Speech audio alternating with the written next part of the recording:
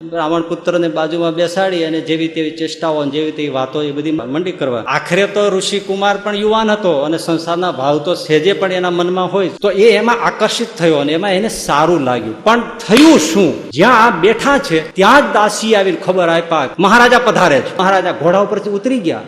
આવે એટલી જ વાત અને આ રાણી હવે ગભરાણી, હવે શું કરવું? એટલે પેલા બ્રહ્મચારી હાવ ભોળો તે ગેલેરીમાં બાજુમાં જાજરૂમાં આ બ્રહ્મચારીને ધક્કો મારી દીધો અને પેલા પાઇપમાં નાખી દીધો. બ્રહ્મચારી જાજરૂમાં ઊંધે માથે ગયો, પાઇપ વાંકા ચૂકા હોય ને એમાં અટવાઈ ગયો ઊંધે માથે. અને એ કેટલાય વખતનો મળનો પાઇપ મોઢામાં, નાકમાં, કાનમાં ચારે બાજુ મળ ભરાઈ ગયા. એટલો પીસાયો, ન ઉપર જઈ શકે, ન નીચે જઈ શકે, ન શ્વાસ લઈ શકે, માંડ માંડ જરા જરા શ્વાસ લેવાય, ખાલી જીવિત રહે એવી દશા. અને પેલો પોકાર કરે કે મેં મારા બાપનું માન્યું નહીં, હે ભગવાન હવે મને તમે બચાવો તો બચો. 2-5 દાડા થોડા દાડા આમ ગયા ને તો ઓલી બાઈ આવે પણ ત્યાં માલ જુએ નહીં કાંઈ, કારણ કે આ વચમાં હલવાયેલો બધું એના માથે ખડકાયેલું. એટલે બાઈ વિચાર કરે કે આમાં કોઈ જાતું નથી, બધા બંધ કરી દીધું, ઉપવાસ કરે છે. આ કેમ કાંઈ લોચો લબાચો કાંઈ નીચે આવતો નથી, હવે આનું શું હશે? એટલે એને અંદર હાથ નાખ્યો બ્રહ્મચારીને જટા હાથમાં આવી. ત્યાં આને થયું કે આમાં કાંઈક છે, એટલે એને ખેંચ્યું એનો બ્રહ્મચારી નીકળ્યો. અને એ તો મૂંઝાણી કાઢે ભૂત પ્રેત કે શું, એ હજી વિચારે ના વિચારે ત્યાં તો બ્રહ્મચારીને ભલી છૂટી ઝંઝાળ. એ બહાર નીકળ્યો એવો મુઠ્ઠીઓ વાળીને ભાગ્યો. ગામને બહાર દૂર નદી, તળાવ, સરોવર જે છે એમાં જઈને કૂદીને નાવીને કેટલાય વખત સુધી માટી ઘેસ કરીને કાઢ્યું. એ કદડો ધોઈ મરી ગયો બિચારો.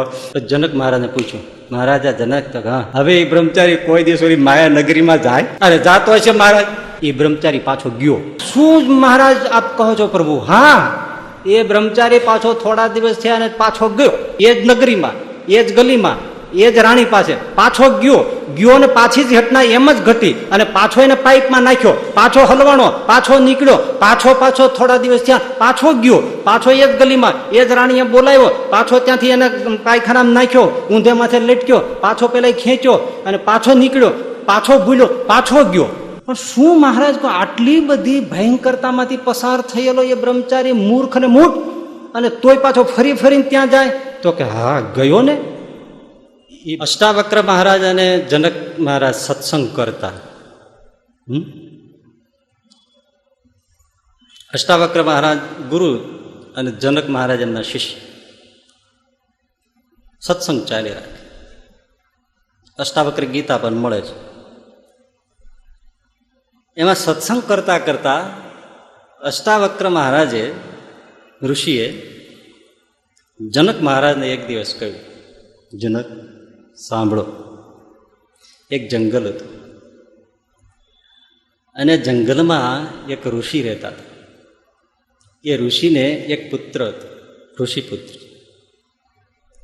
ઋષિપુત્ર જેમ જેમ મોટો થતો ગયો એમ બધા સંસ્કાર ઋષિપુત્રને આપતા હતા ઋષિ.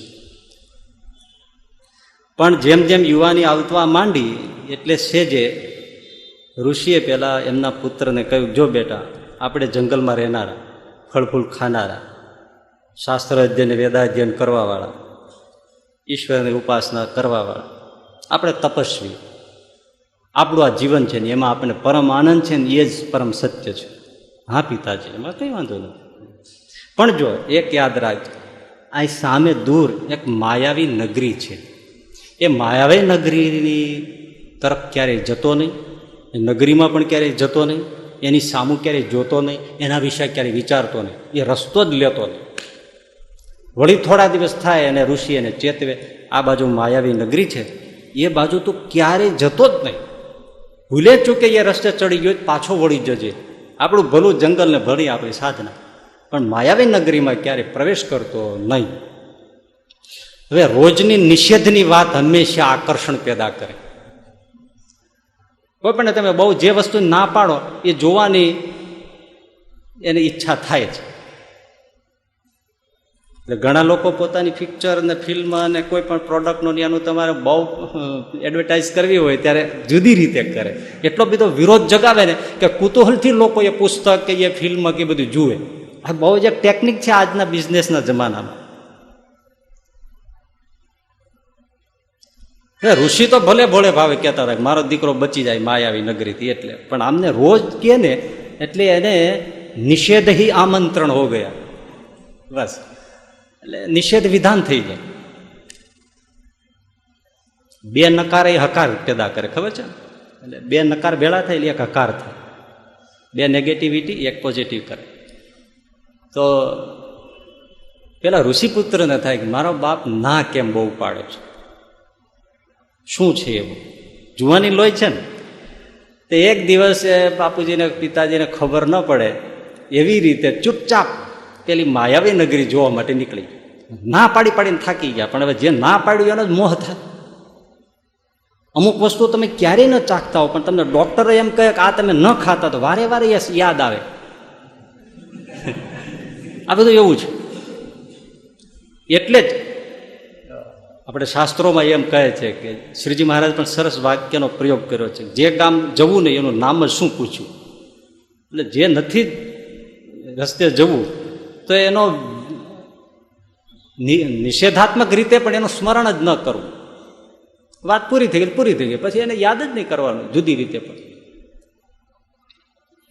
એટલે આ ઋષિપુત્ર એ માયાવી નગરીએ પહોંચી ગયો. જ્યાં પાસે સામે જાય ત્યારે ઓહો, તમે અચાનક ગામડામાં રહેનારો માણસ અને ન્યુયોર્કમાં કે દુબઈ જેવી સિટીમાં બેસી જાય, ઉતરી જાય ને એને જેમ ચાર આંખો થઈ જાય. ટીડડાની જેમ બધા પ્લેનો આવતા હોય ને જાતા હોય ને કાચના આખા મકાનો પાઘડી પડી જાય એટલા ઊંચા મહાલયો, અને એ બધા એવા ચાકા જેવા રસ્તાઓ ને સજધજ થઈને ફરનારા બધા નરનારીઓ બાળકો, કિલોલ કરતી નગરી.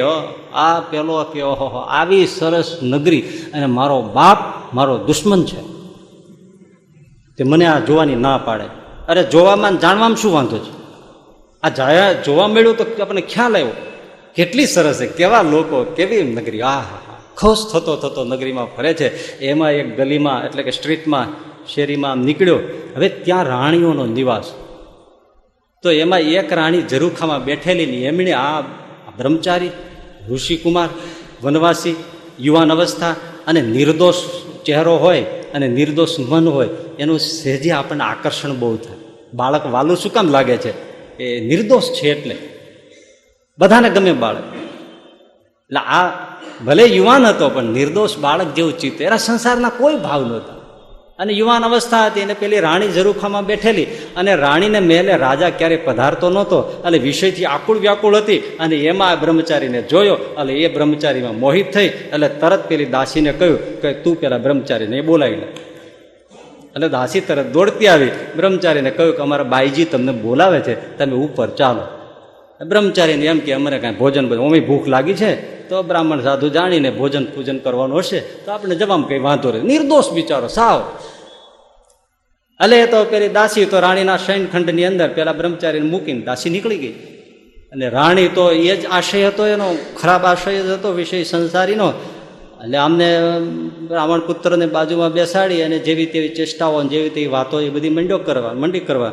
આખરે તો ઋષિકુમાર પણ યુવાન હતો અને સંસારના ભાવ તો સહેજે પણ એના મનમાં હોય જ, કારણ કે એ ગ્રહસ્થાશ્રમમાં જ છે. તો એ એમાં આકર્ષિત થયો અને એમાં એને સારું લાગ્યું. પણ થયું શું? જ્યાં આ બેઠા છે ત્યાં જ દાસી આવીને ખબર આપ્યા મહારાજા પધારે છે, સમ્રાટ આવે છે આપને મહેલે. અમસ તો ક્યારેય આવતો નહોતો અને આજે સમ્રાટ પધારે છે. અમુકના નસીબ એવા હોય. હવે એને દાસી આવીને ખબર આપ્યા ને આમણે જ્યાં જોયું ત્યાં દરવાજે જ મહારાજા ઘોડા ઉપરથી ઉતરી ગયા. આવે એટલી જ વાત. અને આ રાણી હવે ગભરાણી, હવે શું કરવું? જો અહીંયા આવી જાય તો અમને બેયને રાય જેવડા ટુકડા કરીને કાપી નાખે. હવે કરવું શું? અને સ્વાર્થી માણસ હોય ને એ તમને પૂજા પણ કરે ને હત્યા પણ કરે. સ્વાર્થ સરતો હોય તો પૂજા પણ કરે, પગ પણ ચાટે, અને જો એનો સ્વાર્થ સરતો હોય તો હત્યા પણ કરી નાખે. એટલે હવે તો આને મોત આવી ગયું. એટલે પેલા બ્રહ્મચારી હાવ ભોળો, તે ગેલેરીમાં બાજુમાં એ જાજરું હતું. તે દિવસે કઈ એટેચડ બાથરૂમ વાળા કઈ રૂમોની સગવડતા કઈ સમાજમાં નહોતી વિકસિત થઈ. એટલે તમને ખબર હોય તો એ એક બાથરૂમ જાજરું જેવી ઓરડી હોય અને એમાં વચ્ચે પાઇપ હોય. હવે બીજી ત્રીજે માળે હવેલી, એટલે એનો કેટલો લાંબો પાઇપ હોય અને છેક નીચે એ પાઇપ જાય, મોટું ભૂંગળું હોય. એટલે એમાં ઝાડા પેશાબ ને બધું જાય. એટલે પછી છેક જ્યાં નીચે પડે ત્યાં એ ચોકડી જેવું હોય અને ત્યાં ભંગી લોકો એને તમે જોયું છે ને ગામડામાં ઘણા વર્ષો પહેલાં જોયું છે ભંગી લોકો એ બધો કદડો છે એ ભરીને માથે ઉપાડીને લઈને સાફ કરે આ સિસ્ટમ. એટલે એવું જાજરૂ એ જાજરૂમાં આ બ્રહ્મચારીને ધક્કો મારી દીધો અને પેલા પાઇપમાં નાખી દીધો. એટલે પાઇપમાંથી નીકળી એને એમ કે આ નીકળી જાય એટલે ત્યાંથી ભાગી છૂટશે એટલે વાત પૂરી, કોઈને કંઈ ખબર પડશે નહીં. આ કોણ કહે છે? અષ્ટાવક્ર જનક મહારાજને કહે છે. એટલે પેલા પાઇપમાં જાજરૂના પાઇપમાં પેલા બ્રહ્મચારીને નાખી દીધો. બ્રહ્મચારી જાજરૂમાં ઊંધે માથે ગયો પણ હવે જતા જતા નીકળી ન ગયો. પાઇપ વાંકા ચૂકા હોય ને એમાં અટવાઈ ગયો ઊંધે માથે. અને એ કેટલાય વખતનો મળનો પાઇપ મોઢામાં નાકમાં કાનમાં ચારે બાજુ મળ ભરાઈ ગયા. એટલો પીસાયો, ન ઉપર જઈ શકે ન નીચે જઈ શકે ન શ્વાસ લઈ શકે. માંડ જરા જરા શ્વાસ લેવાય. મોઢામાં મળના ડૂચા એ કેટલાય 50 વર્ષના ભરી ગયા, ગંધ મારે એવા. મોઢામાં મળ, નાકમાં મળ, કાનમાં મળ. બોલવું હોય તો ચીસ બોલવી તો બોલાય નહીં, મળથી બધું ભરાઈ ગયું. ખાલી જીવિત રહે એવી દશા.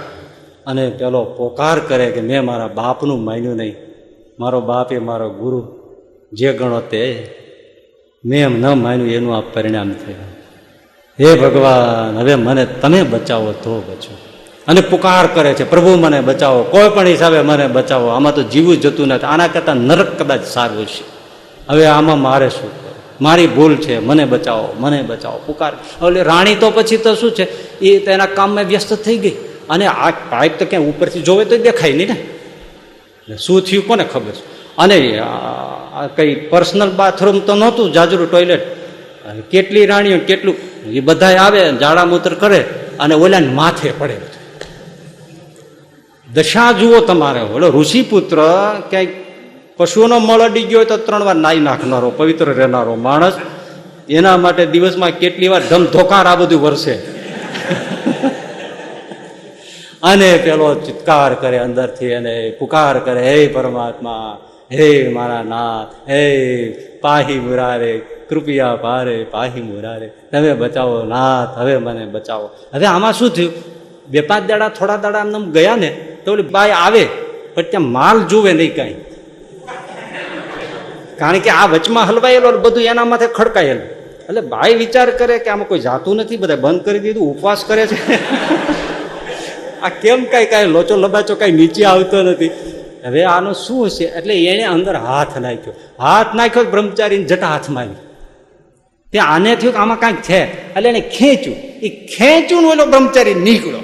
અને એ તો મૂંઝાણી કાઢે, ભૂત પ્રેત કે શું એ હજી વિચારે ના વિચારે ત્યાં તો બ્રહ્મચારીને ભલી છૂટી ઝંઝાળ. એ બહાર નીકળ્યો એવો મુઠ્ઠીઓ વાળીને ભાગ્યો. ગામને બહાર દૂર નદી તળાવ સરોવર જે છે એમાં જઈને કૂદીને નાયો. કેટલાય વખત સુધી માટી ઘસ કરીને કાઢ્યું. એ કદડો ધોઈ મરી ગયો બિચારો. આટલી વાત કરી અષ્ટાવક્ર અટકી ગયા. પછી જનક મહારાજને પૂછ્યું, મહારાજા જનક તો હા, હવે એ બ્રહ્મચારી કોઈ દિવસ ઓલી માયા નગરીમાં જાય? અરે જાતો હશે મહારાજ, વાત શું કરો છો? અને એ જાય તો એ પેલી ગલીમાં જાય?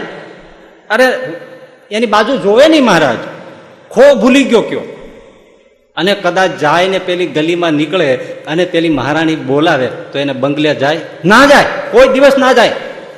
ગમે તેવા આકર્ષણ આપે તોય ના જાય ને. એ બ્રહ્મચારી પાછો ગયો.